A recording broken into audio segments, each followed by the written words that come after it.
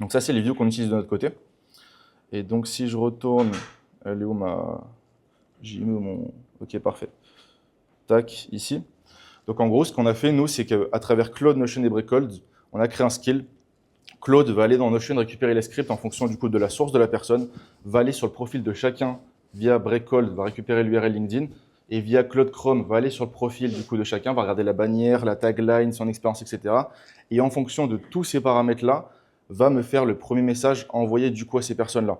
Mais du coup, il ne va pas l'envoyer, il va juste me faire une suggestion de ce message-là parce que je ne veux pas qu'il l'envoie, parce que ça se trouve, il va faire quelque chose de merdique, peut-être quelque chose de trop long ou quoi. Dans tous les cas, je peux l'optimiser. Mais en tout cas, en termes de temps passé par leads, ça me le réduit drastiquement parce que j'ai beaucoup moins de réflexion à faire.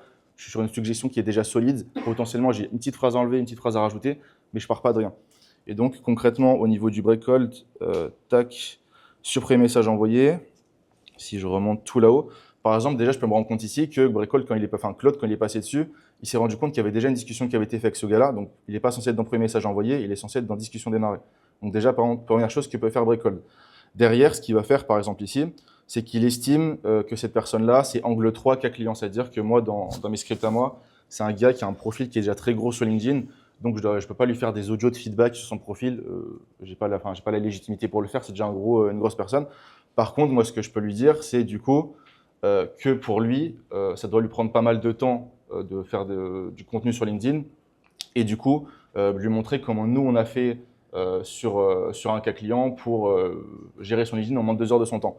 Donc là, par exemple, Breakhold, il a choisi le bon script que moi j'avais choisi en allant sur le profil LinkedIn. Et en fait, derrière, moi j'ai déjà mon message qui est tout préparé ici. J'ai juste à le copier-coller, faire compose message, juste le diviser en plusieurs parties pour pas que ce soit un énorme pavé et faire des petites bulles.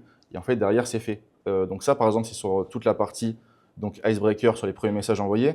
Mais ce qui va être intéressant aussi, c'est toute la partie relance. Parce que vous pouvez faire des relances qui sont classiques où c'est prénom, point d'interrogation, etc. Mais il y a peu de chances que les gens vous répondent. Par contre, c'est un peu de personnalisation dedans. Il y a beaucoup plus de chances qu'il y ait des réponses.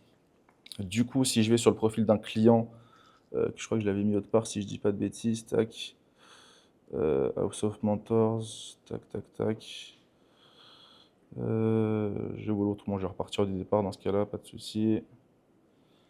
Hop, à relancer pour vous montrer à quoi ça ressemble du coup sur ce genre de réponse également.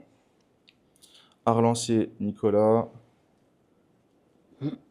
Tac, tac, tac. Il faut que j'en trouve un du coup qui a une quick note sur le côté.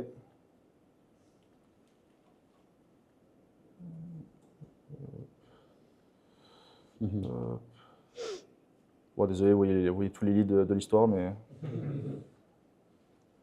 Et je trouve pas les quick notes sur les derniers. 20 un peu plus loin.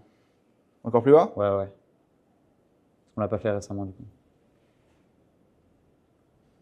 Non, encore plus bas. Genre 25 juin, etc. Je remonte. Voilà. Voilà, parfait. Donc là, par exemple, nous, par contre, sur Nicolas House of Mentor, ce qui est cool, c'est qu'on peut faire l'automatisation sur les premiers messages.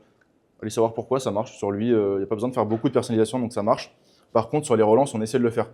Donc là, on a eu le premier message qui est parti sur du côté inbound. Et derrière, par exemple, encore une fois, le Claude va aller donc sur le profil de la personne et va essayer de faire du coup une relance personnalisée. Donc nous, par exemple, si je vais sur Notion et que je regarde le script du coup que l'on a prévu pour Nicolas, qui est, si je dis pas bêtises, ici, hop, là on était du coup dans une demande de connexion, si je dis pas bêtises.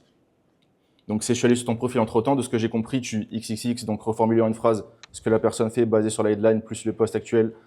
QQQ, du coup, c'est une question simple ancrée sur un douleur infopreneur.